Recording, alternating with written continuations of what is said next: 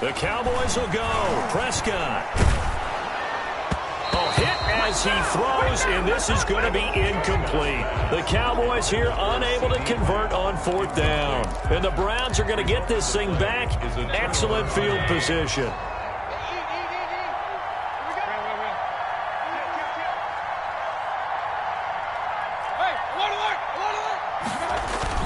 A first down throw for Mayfield.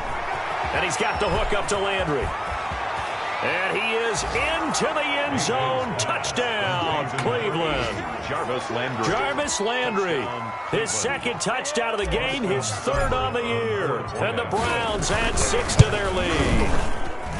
They were still throwing with a comfortable lead here late, and now that lead even more comfortable. And your first thought is there bad blood that went into this one ahead of time, that maybe they're seeking some revenge or they just don't like them? But the other thing that always hits me is, are they worried about playoff positioning? Right? Are they worried about, do you need enough points in case there's a tiebreaker that comes into play later? First and 10 at their own 25-yard line.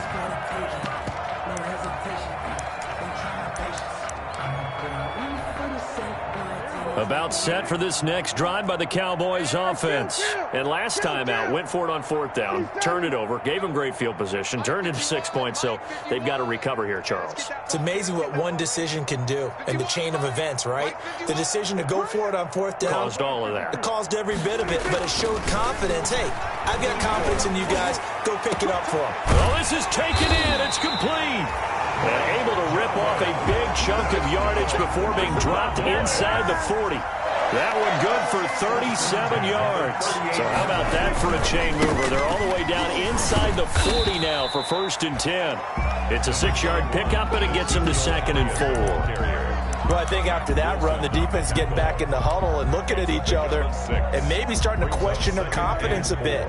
They gave up a significant run, 6 yards, and now you're saying to yourself, how do we stop them, and do I have enough confidence to make a play? Here's a quick hitch route, and the throw complete. And he'll be out of bounds, able to get it down to the 25 there. 7 yards there and a first down. First and 10 at the 25-yard line. On 1st and 10, Prescott. And this is caught. It's Cooper. A good-looking drive for the Cowboys so far. It's a first down. First and goal at the now Elliott. And he'll take it into the end zone for a Cowboy touchdown. Ezekiel Elliott, his 2nd touchdown of the game, his 3rd on the year. And the Cowboys cut into that lead. For the point after. Now he's doing his part, but still facing a sizable deficit. And he would like to do more, but he needs help from the other 2/3, right? He needs his defense to bow up a little bit, and he also needs special teams to maybe create some big plays and help them get back in it.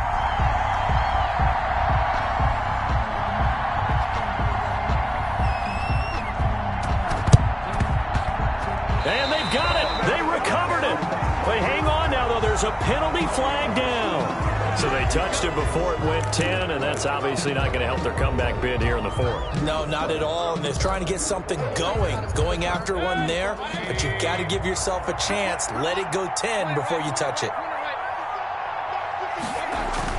First down, Mayfield. To the right side, and he's got Landry complete. It'll be a gain of 9, and it'll be 2nd and about a yard. When you see zone defense and you know you've got a drag route on as your primary call, you've got to be really careful as a passer about how far you let your guy go because he might wander into some tough coverage.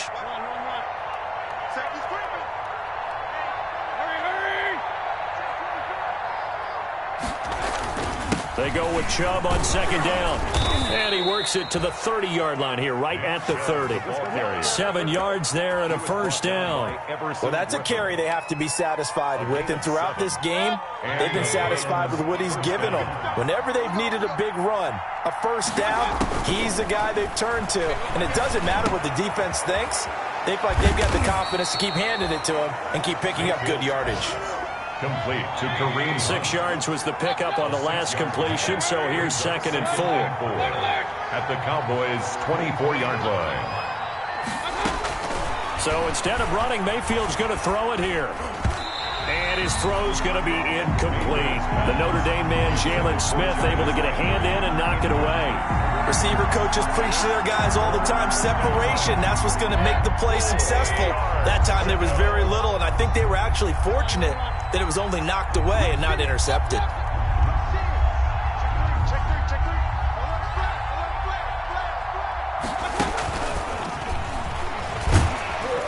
And he's going to lose yards. They take him down at the 26. The Cowboys going to use their 2nd timeout now as they stop it here with 1:07 remaining.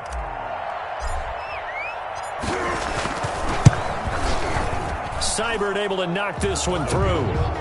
And that will extend the lead out to 24. So it's 3 more points, and that widens this thing out even further here in the 4th. And you know in this league, you can never have enough points, but this widens it out, as you said, and now it's all about ball control, isn't it? The Cowboys take over 1st and 10 at their own 25-yard line.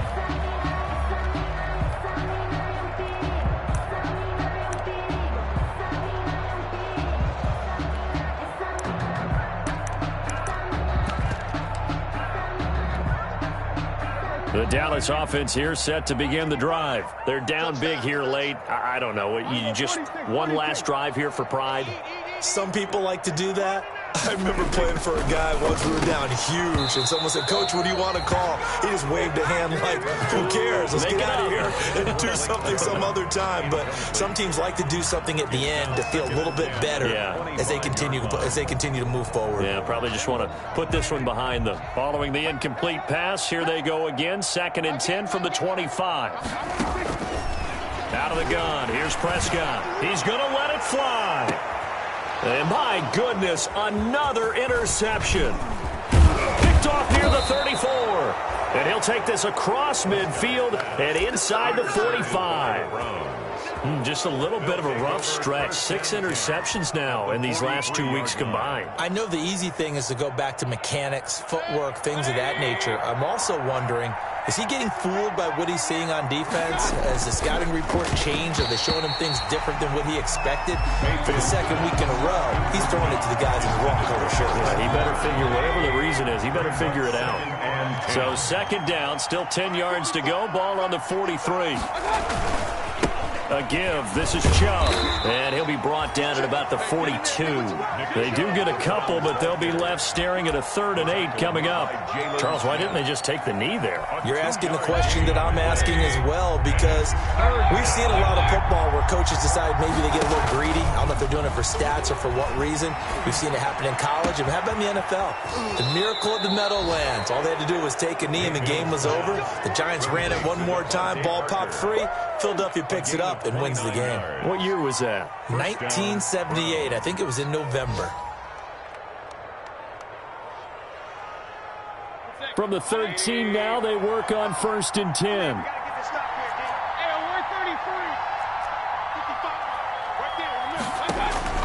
From the red zone now, Mayfield. His pass caught at the 4.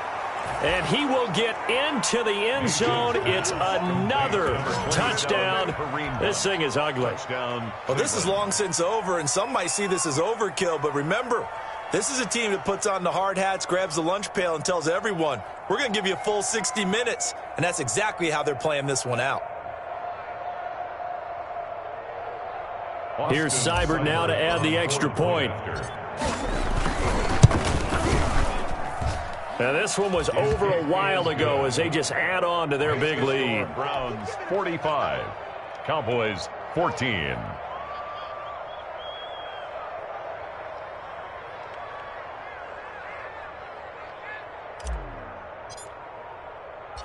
Out is the kickoff unit as they run up and send this one away.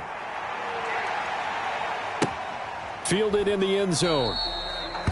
Pollard elects to keep it, and this will come out to the 25-yard line. 25-yard line.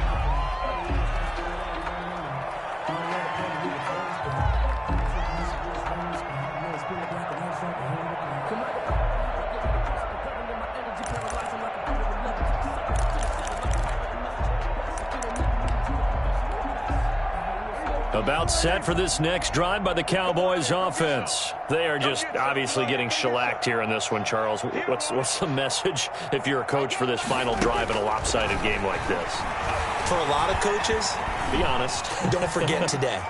Don't forget what has happened out here. Yeah, use that as ammo going forward. Exactly. Take a great look at that scoreboard. Realize how poorly everything went for us today. Coaching, playing, the whole deal. And never forget it, because you're not going to want that feeling. No, you don't want that feeling again. And who knows? You may meet up with this team again. That one complete to Elliott. 9 yards, and that leaves him just short, so it'll be third and less than a yard. And now here comes their final timeout as they take it with 8 ticks remaining. And how about the dime look here? 6 DBs on 3rd and inches. Daring them to run the ball. Prescott from the gun. And the Browns' pressure gets to him that time, and he's going to go down. So here we go. The offense is going to stay out there. They're going for it on 4th and 8. 45. A big offensive explosion helped leading them to victory. And the defensive guys, they're just saying, hey, put those points up every week. We'll just keep winning. They will gratefully accept them, won't they? It makes their job that much easier when they're scoring that many points. Allows them to play with a totally different style and a different flow.